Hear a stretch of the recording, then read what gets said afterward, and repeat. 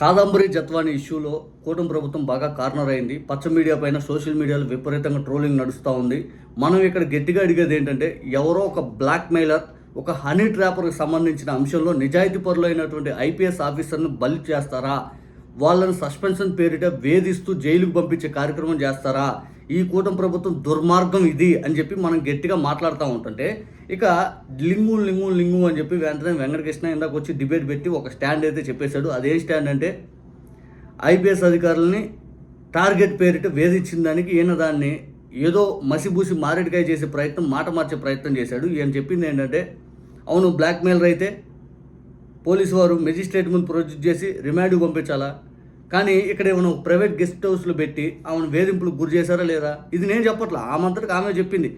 ఆమె private guest హౌస్లో ఆమెను పెట్టి ఒక పోలీస్ అధికారి నైట్ టైంలో ఏ టైంలో పడితే ఆ టైంలోకి వెళ్ళి ఆమెని లైంగికంగా కాదు వేధించారు అని చెప్పి వెంకటకృష్ణ అంటాడు. ఏ మాట సేమ్ ఇలాగే కంటిన్యూ చేస్తూ ఉంటాడు. అంటే ఈయన చెప్పాలనుకుంది ఏంటంటే, పోలీస్ అధికారుల సస్పెన్షన్ అనేది కరెక్టే అంటాడు.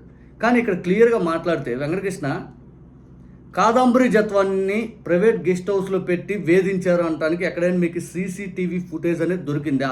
ఆ రోజు మీకు దొరకలా? మీరు రాదాంతం చేసినప్పుడు ఎక్కడైనా ఆధారాలు అనేవి మీకు ఎక్కడైనా కనపడ్డా? ఆ రోజు మీకు దొరకలా? ఎక్కడ కూడా అబద్ధాలు చెప్పుకుంటూ మీరు ముందుకెళ్తా ఉన్నారు.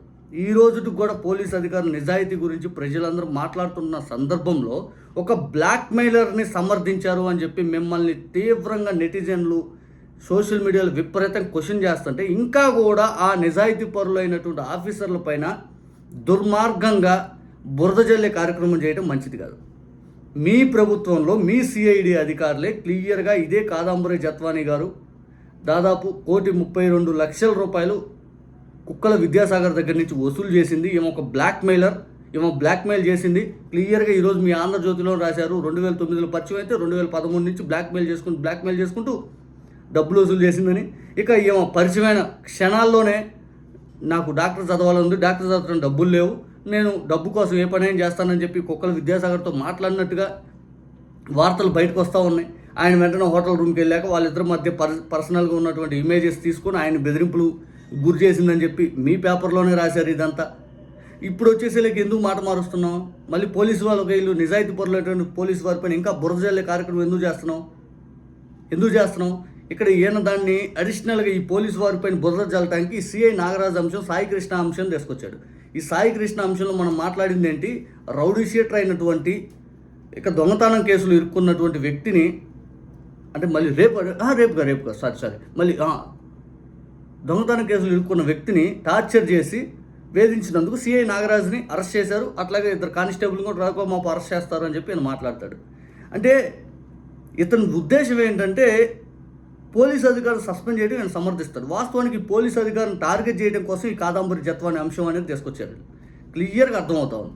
ఇక్కడ సిఐ నాగరాజు చేసిన దుర్మార్గం, చంపేశాడు, టార్చర్ చేసి ఆ తర్వాత బూడిద కూడా దొరకం చేశాడు. బూడిద కూడా అసలు ఆ కేసుకి ఈ కేసుకి సంబంధం ఏంది?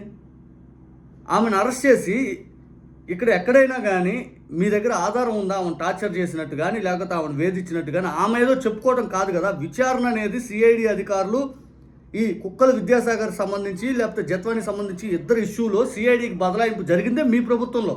మీ సిఐడి అధికారులు ఇద్దరి మధ్య జరిగిందని పూర్తి స్థాయిలో విచారించి చెబితే ఇంకా కూడా విచారణ ఉంది అంటే ప్రజల పిచ్చోళ్ళ మీకు? ఆమె అంత బ్లాక్మెయిలర్, ఆమె చెప్పేది కానీ ఇంకా వెనకేసుకుంటా వస్తావా? నిజాయితీ పరులైన ఆఫీసర్లని ఇంకా వేధింపుకు గురి చేస్తావా? ఇంకా వేధింపులకు సీతారామన్యులు గారు ఎంత నిజాయితీ పరుడు, విశాల్ గున్ని గారు ఎంత నిజాయితీ పరుడు, కాంతి రాణా తాత గారు ఎంత నిజాయితీ పరుడు? మీ ఉద్దేశం ఏంటి? మీ ఉద్దేశం ఏంటి? పోలీస్ డిపార్ట్మెంట్ ఐపీఎస్ ఆఫీసర్ని అంతమందిని మూకుమ్మడిగా సస్పెండ్ చేశారు. ఎందుకు సస్పెండ్ చేశారంటే, చంద్రబాబు నాయుడు గారి స్కిల్ స్కాన్ సంబంధించి అంశంలో వీళ్ళందరూ ఆయన దాని మీద డేటా కలెక్ట్ చేయటం, ఆయన పూర్తి స్థాయిలో అరెస్ట్ చేసే కార్యక్రమం వీళ్ళు చేశారు కాబట్టి. అంటే నిజాయితీగా పనిచేసిన వాళ్ళని కూడా మీరు ఇలా అరెస్టులు పేరుతో వేధిస్తారు. నిజంగా ఈ Kadambari Jethwani blackmailer, honey trapper అని చెప్పి మీకు తెలుసు, ఇంతకుముందే తెలుసు. ఎందుకంటే చంద్రబాబు నాయుడు గారి ఇంటెలిజెన్స్ ఉంటుంది, చంద్రబాబు నాయుడు గారి అధికార యంత్రాంగం ఉంది, వ్యవస్థలు నడిపే వ్యక్తిగా ముఖ్యమంత్రిగా ఆయన ఉన్నారు. తర్వాత మీ పచ్చ మీడియా మీడియా పెద్ద పెద్ద ఛానల్స్ పెట్టుకుని మెయింటైన్ చేసేవాళ్ళు. ఆమె ముంబైలో సజ్జన్ జిందాల్ గారిని ఎట్లా వేధించింది తెలియదా?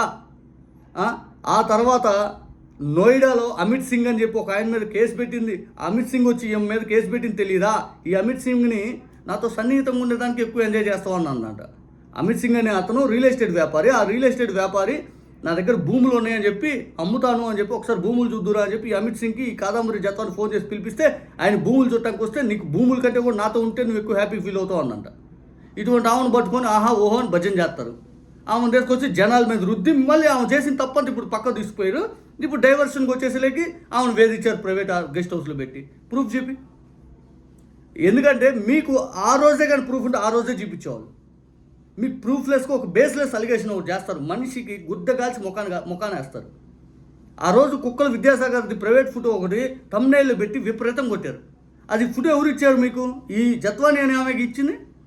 అంటే వాళ్ళిద్దరి మధ్య అంత సంబంధాలు ఉన్నాయనేగా? అసలు ఇంత పెద్ద ఇష్యూ ఎందుకు జరిగిందో ఆమెను బెదిరించిందనేగా?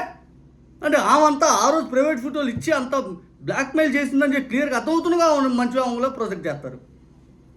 మీరేంటో మీ విధానాలు ఏంటో మాట మార్చి ఏం చేస్తావు? ఆ మాట మార్చి